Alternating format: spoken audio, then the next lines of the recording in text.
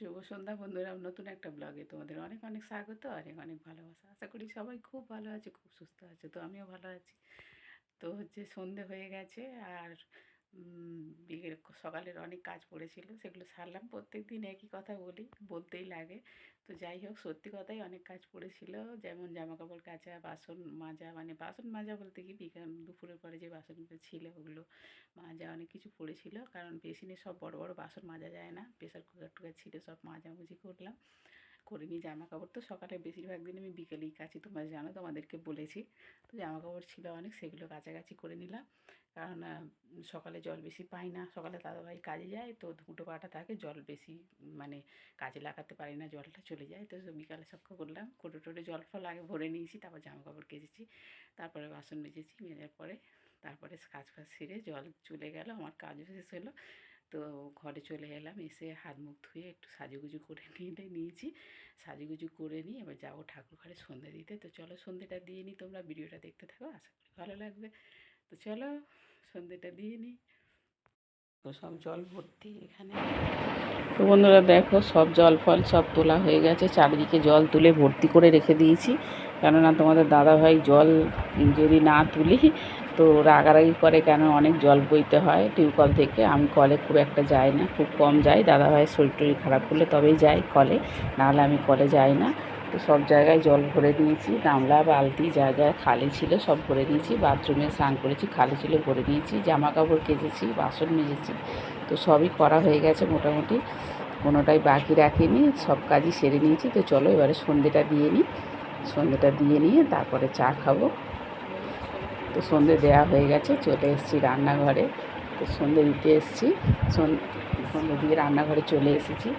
তো বাসন সব নিজে রাখা আছে, দেখো গুছাইনি, গোছাবো।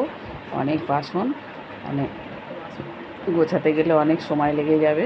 তো আগে চাটা একটু খেয়ে নিই, তারপরে বাসন টাসন গোছাবো। সকালবেলা চা খাওয়া হয় না টাইম মতো, অনেক দিন থেকেই, যখন থেকে দাদাভাই কাজে যাচ্ছে তখন থেকে টাইমে চা খাওয়া হয় না। কেননা দাদাভাইয়ের সকালবেলা রান্না করতে হয়, তো তার জন্য আমাকে হুটো পাটা করে রান্না বান্না করা, তারপরে কলে জল এসে যায়, জল তুলতে হয়, তারপরে জল তোলা, বাসন মাজা, তারপর জামা কাপড় কাচা থাকলে জামা কাপড় কাচা, সবই করতে হয়। সব করতে করতে আর চা খাওয়ার টাইম আর হয় না। এই একেবারে বেলায় কোনো দিন টিফিন খেয়ে চা খাই, কোনো দিন হয়তো খেলামই না, ভুলেই গেলাম, চা আর খাওয়া হলো না। তো যাই হোক, এবারে চাটা খাবো বিস্কিট দিয়ে। দেখো এই বিস্কিটগুলো নিয়ে নিয়েছি, চাটা খাবো। তো সন্ধ্যেবেলা কিছু টিফিন কিছু খাই না, এই বিস্কিট চা খেয়েই থাকি, একেবারে দাদাভাই এলে রাতে খাবার খাবো। তো চলো চাটা খেয়ে নিই। তো চলে এসেছি রান্নাঘরে। তো আজকে বানাচ্ছি কুলচা। তো অনেক দিন রুটি খাচ্ছি, ভালো লাগছে না, তো লুচি পরোটা খুব একটা সহ্য হয় না বলতে কি, খেলে শরীর টরীর খারাপ করে। তো আজকে বানাচ্ছি কুলচা। তো তোমরা কুলচা হয়তো অনেকেই খেয়েছো, আবার কেউ হয়তো তার মধ্যে হয়তো কেউ হয়তো খাওনি। তো যাই হোক, আমি বানাচ্ছি, তোমাদেরকে বলছি কিভাবে বানাচ্ছি। এবারে আজ তুমি তোমরা যে কজন মানুষ সেরকম হিসাবে নেবে। আমি নিয়েছি 3 বাটি ময়দা। তো 3 বাটি ময়দা, একটা মেজার কাপ বাটি মেপে 3 বাটি ময়দা নিয়েছি। আর সেই বাটি মেপেই হাফ বাটি টক দই নিয়েছি। তো তার সঙ্গে নিয়েছি 2 চামচ আমুল দুধ, গুঁড়ো দুধ।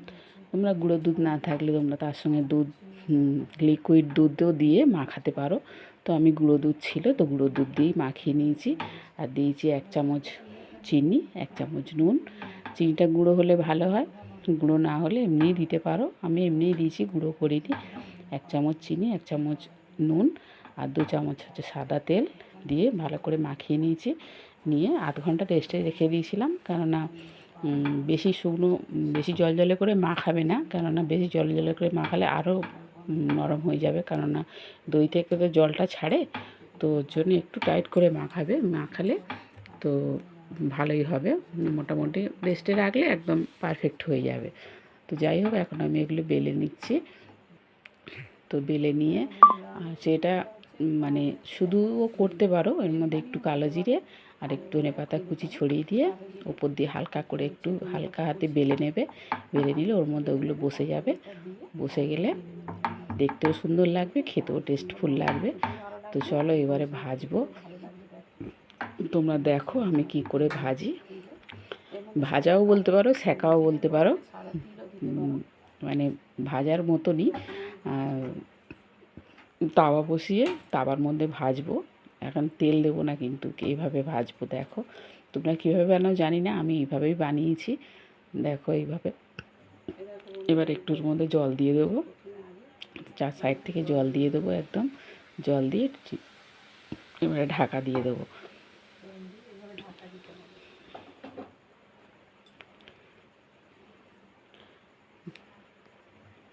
ঢাকা দিয়ে দিলাম। এবারে দেখো কেমন ফুলে উঠেছে। ঢাকা খুলে নিতে দেখো কেমন ফুলে উঠেছে। তো এবারে উল্টে দেবো। উল্টে দেওয়ার পরে ওটাকে হালকা করে চেপে চেপে ফুলে উঠবে। তো তুমি তেল দিতে পারো, বাটার দিতে পারো, ঘিও দিতে পারো। তো আমি দিলাম একটু সাদা তেল।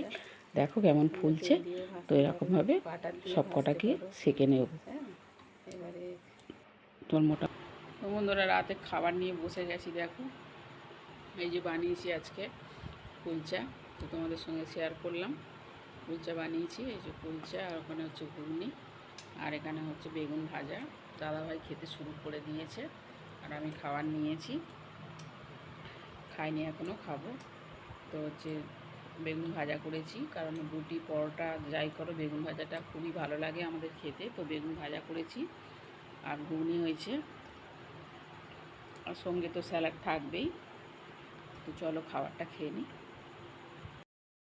তো বন্ধুরা, রাতে খাবার খেতে বসে গেছি। দাদাভাই খেতে শুরু করে দিয়েছে। দাদাভাই প্রায় খাওয়া হয়ে এসছে বলতে পারো।